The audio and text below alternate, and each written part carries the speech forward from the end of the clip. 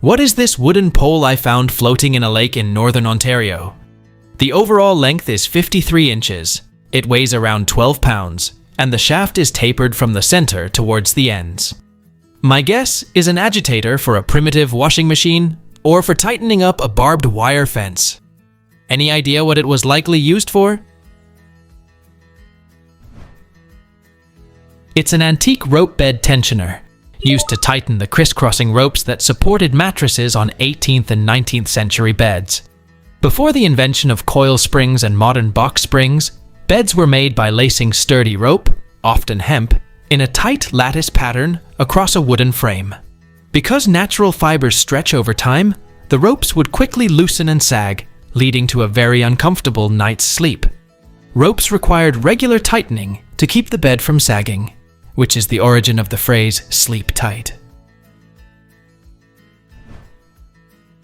What is this item I found in my shed? I think it's made of brass, around 16 inches long, and there are no logos or lettering on the object. The bottom comes off, and there's a large spring inside. I'm really curious what this could be. Thanks. It's an antique lantern for a railroad coach. It was patented on September 10, 1907, by Frank Adam Schuetz of Chicago, Illinois. These were specifically designed for wall mounting inside railroad carriages, such as cabooses or postal cars.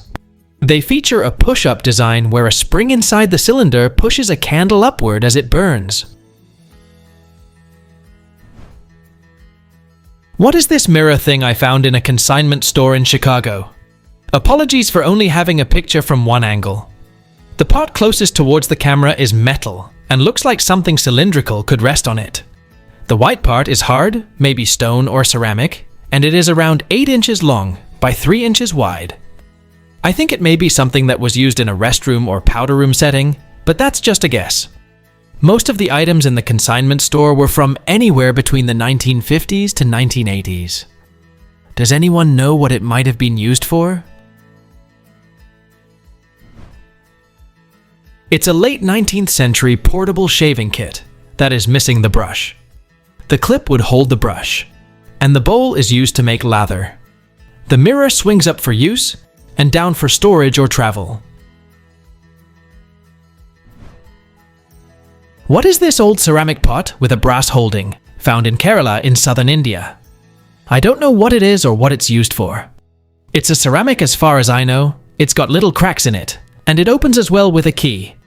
It is painted, but it's actually brass, and it doesn't have any stamps on the bottom. It's approximately 150 years old, as said by my grandma. Someone in the comments said it's for carrying the ashes of a loved one, but I don't think so, as we don't really have that tradition.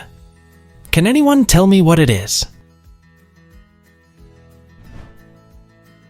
It's an antique gunpowder jar, used to store black powder for muzzle-loading guns, and is believed to be from the Dutch era in the 17th century. It features an attached iron hook designed for carrying the jar securely on a belt or equipment. These flasks ranged from the standard ordinary designs used by the military to very decorated, wildly collected works of art, which were used while shooting for sport. I took to metal detecting and found this today in my yard.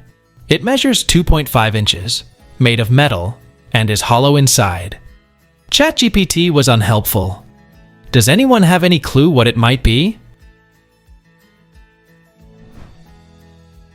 It's a 1930s to 1940s artillery shell on a caisson, missing the wheels. A child's army toy on a trailer for transport. The piece is constructed from cast iron or lead alloy with painted wooden wheels.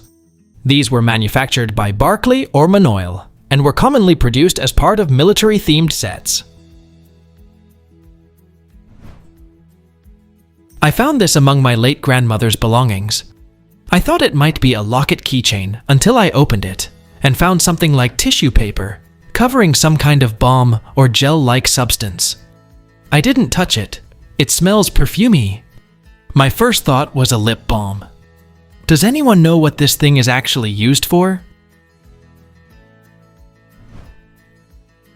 It's a mid-century solid perfume, a concentrated balm-like fragrance designed to be carried in a purse because it can't spill. Instead of alcohol, the scent is suspended in a base of natural waxes, like beeswax or plant waxes, and carrier oils. Because they are waterless and alcohol-free, they are incredibly gentle on the skin. What is this some civilian-available wartime device from World War II? This picture is from the infamous Battle of Los Angeles, back in February of 1942. This main lady here in the foreground seems to be holding some device. The citizens on the West Coast were constantly being warned of possible attacks from the Japanese, and so everyone was using whatever was available to help in that regard. But what is that?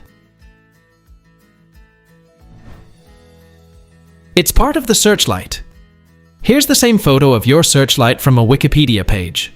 The arms can be seen leading to the body of the 90-centimeter searchlight. And here is a different view in the daylight. It's an aiming system to help the searchlight hit a more precise spot and move it easily. The photo you've got has been touched up to make it look older, and that washed out some of the contrast. Also, this photo isn't from the Battle of Los Angeles. It was taken during the training of the ATS, or Auxiliary Territorial Service, in Britain in 1944. Someone dropped this item into a motel key return box in New Mexico, and the owner is stumped as to what it could be. It looks like some kind of copper pipe to me. I guess it's a wick for a lantern. Any ideas are appreciated.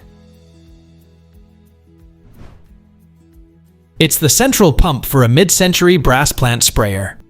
Your index finger goes in the ring, and your thumb pumps. This atomizer is designed to deliver a fine mist to hydrate indoor houseplants, succulents, or terrariums.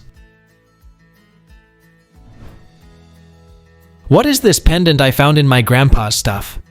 I was going through some of my grandfather's things, because he's in the hospital, and we were looking for some documents and things he needed.